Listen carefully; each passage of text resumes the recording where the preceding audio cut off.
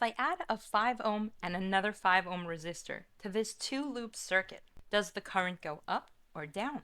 What if I add them here instead? Well, that depends if I add them in series or in parallel. As we saw in part 1 linked below, we looked at the circuit as an obstacle course, with the elevator lifting the electrons, the kids, to the top as our battery or voltage source, giving them electric potential to run down the course. And the obstacles, the mud, the trees that they have to fight through on the way down, are the resistors slowing them down. If we have a bunch of obstacles on the course, does their position relative to each other matter in terms of how much they slow the kids down?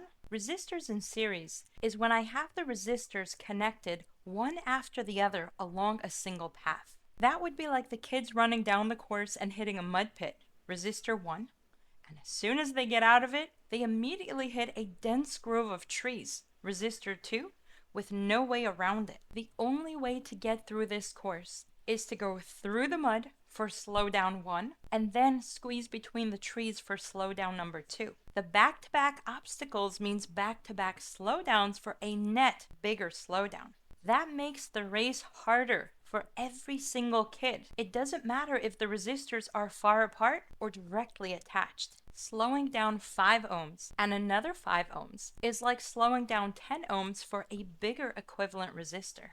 The total or equivalent resistors in series is equal to R1 plus R2 plus however many you have. In this case, giving me 5 ohm plus 5 ohm equals 10 ohm, as if you have one giant 10 ohm obstacle. Current, or I, is constant for resistors in series. The current moves consistently at the same rate on any point on the wire, like kids moving in a single file. If one slows down, they all slow down. Sure, if a kid gets stuck in the mud, they get pulled out, but they all do make it out of the course and at the same speed.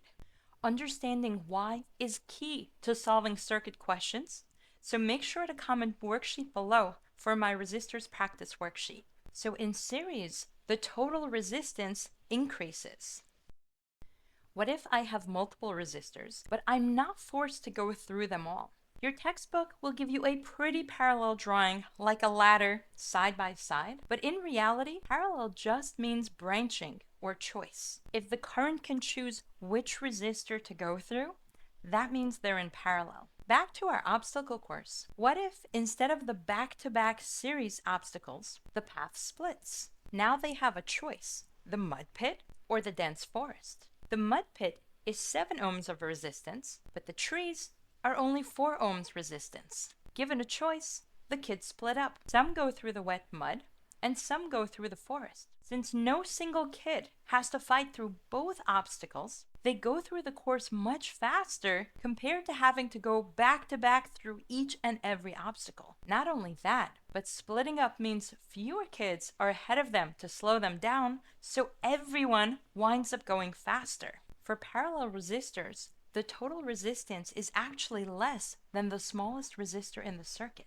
Wait, how is that even less? Another way to think of it is, imagine you're waiting on a very long line at the supermarket. With only one cashier, everyone is waiting.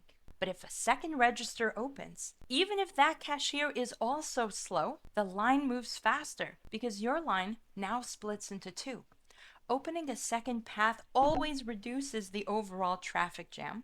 So in parallel, the total resistance is always less than even the smallest resistor in the circuit.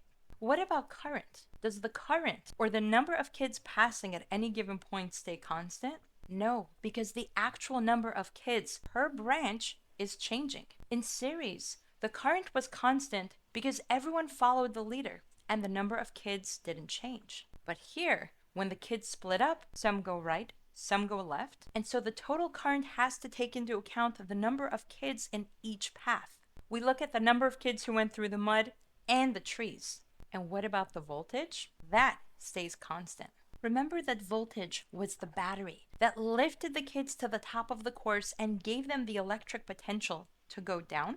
And so if the kids start at the same elevation, split up to go different paths, they meet back up, that means their electric potential or their voltage is exactly the same. And so it doesn't matter which path they take, the net change, the voltage drop across the branches has to equal to the total voltage. V total equals V1 equals V2. Resistance goes down, but the math, parallel resistors give us a funky equation. 1 over Req equals 1 over R1 plus 1 over R2 plus 1 over however many resistors you have. With our 7 ohm mud and 4 ohm forest, that gives us 1 over Req is equal to 1 over 4 plus 1 over 7. Without a calculator on the MCAT, ouch! We can do this the long way with common denominators. 7 times 4 is 28, so let's make them both 28.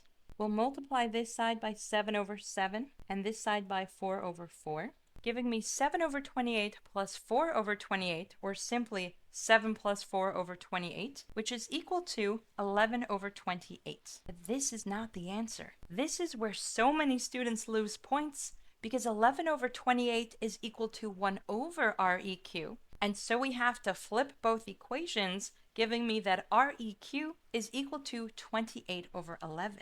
28 over 11 is still rough, but we can work with it. Let's estimate, as I teach in my MCAT Math Without a Calculator series link below. Option 1, round the denominator, so we have an over 10. 28 over 11 is approximately 28 over 10. That 10 allows us to use the moving decimal trick, which gives me 2.8 over 1, or 2.8. Option 2 is to recognize that 28 over 11 is somewhere between 22 over 11 for 2 and 33 over 11 for 3, giving me somewhere between 2 and 3. Remember, on the MCAT, close enough is good enough, and the calculator says 2.54, just close enough. But who has time for that? What did we actually do here? We took 1 over 4 plus 1 over 7, multiplied by 7 over 7 and 4 over 4. Then we added our 7 and 4, multiplied our 7 and 4, and then flipped it. We got the sum over the product and flipped it, so the shortcut is simply product over sum. This shortcut tells us to find the product, 7 times 4 equals 28, divided by the sum, 7 plus 4 equals 11, giving me the same 28 over 11 in way fewer steps, and then we simplify. Say I have 2 resistors in parallel, 6 ohm and 3 ohm. What is the equivalent resistance? I can do it the long way, or I can do product over sum.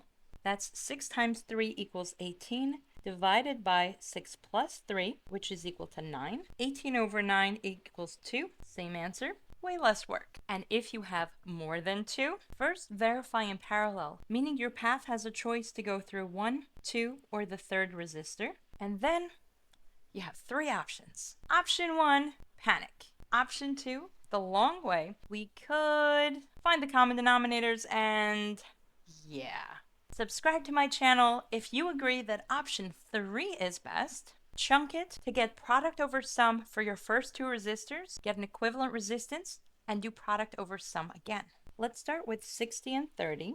60 times 30 over 60 plus 30. That's 6 times 3 is 18. Add the 2 zeros. Divided by 6 plus 3 is 9. So 60 and 30 is 90. Let's simplify. Cross out the zeros. That's 180 over 9, or 18 over 9, giving me 2 and a 0 for 20 ohm equivalent resistor. And we'll add the other 20 ohm. And here we could do product over sum again, but the numbers are the same. So it's probably faster to just do 1 over Req is equal to 1 over 20 plus 1 over 20, giving me 2 over 20, or 1 over 10. And we flip it once again, getting 10 ohms. What happens when you have circuits with resistors and capacitors? Well, you guessed it. That's what's coming up next at layerforsci.com/circuit.